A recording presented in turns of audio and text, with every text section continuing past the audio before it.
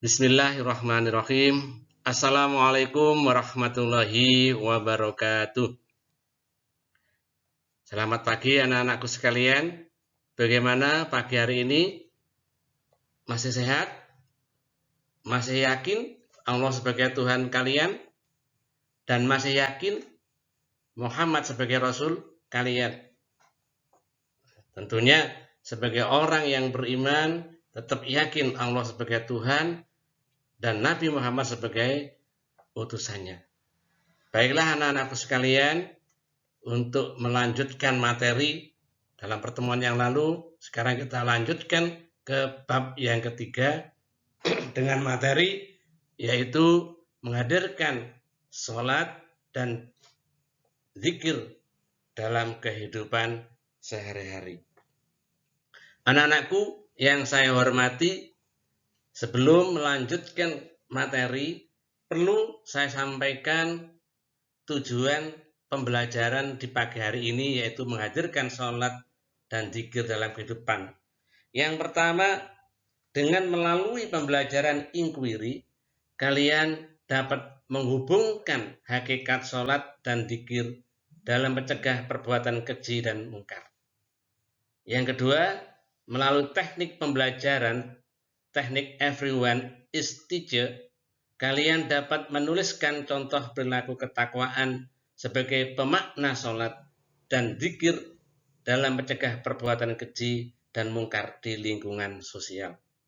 Yang ketiga, melalui pembelajaran berbasis produk, kalian dapat membuat quote tentang sholat dan zikir, mencegah perbuatan keji dan mungkar dalam media sosial atau media yang lainnya. Karena itu, anak-anakku sekalian, mohon untuk kalian memperhatikan, mendengarkan, juga mencatat apa yang akan saya terangkan, apa yang akan saya jelaskan, dan apa yang akan saya peragakan dalam kegiatan pembelajaran di pagi hari ini. Karena itu, mari kita mulai saja bab ketiga, menghadirkan sholat dan zikir dalam kehidupan.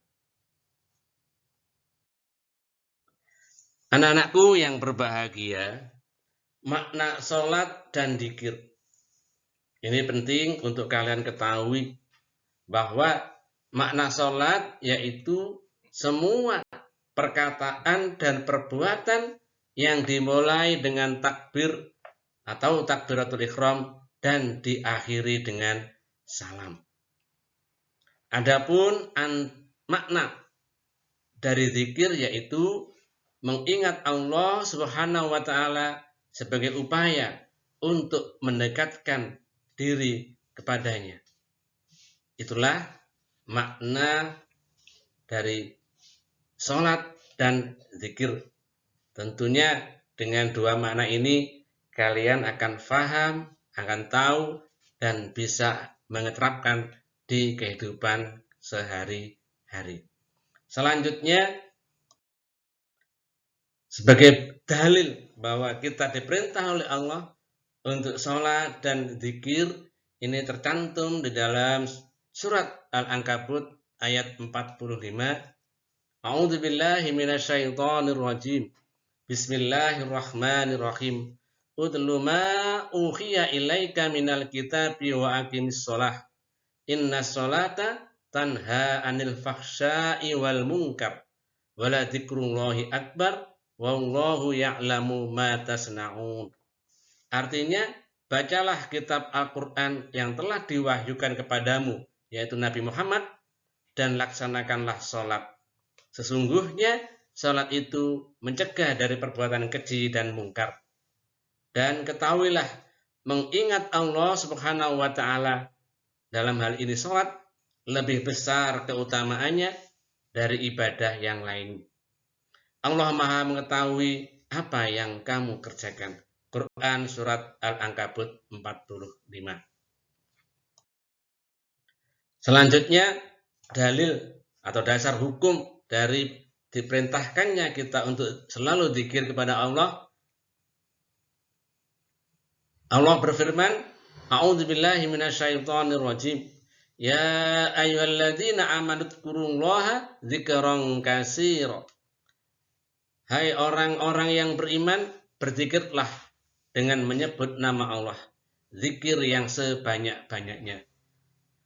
Ayat ini menjelaskan bahwa Allah Azza wa Jalla memerintahkan orang-orang untuk beriman sebanyak-banyaknya dan berzikir kepada Allah.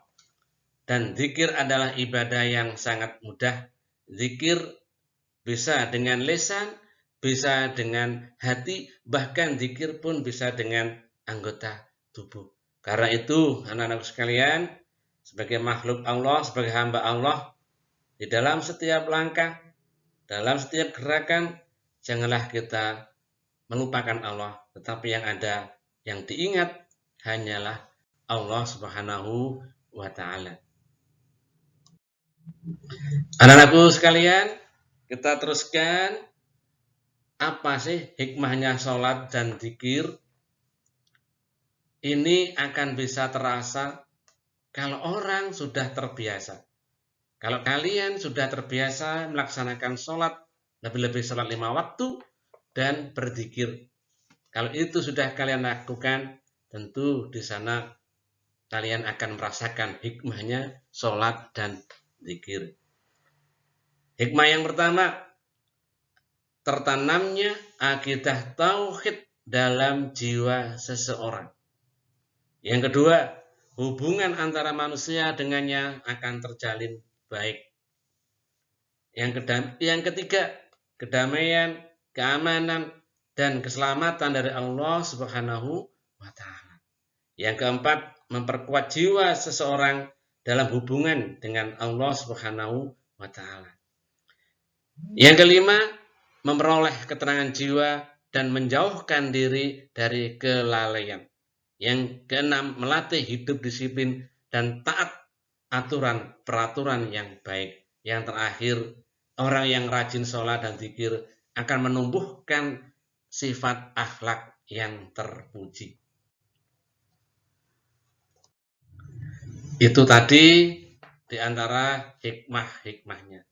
Selanjutnya juga harus kalian ketahui bagaimana cara mengamalkan sholat dan zikir biar bisa dilaksanakan dengan cara istiqomah atau dilaksanakan dengan cara rutin terus-menerus.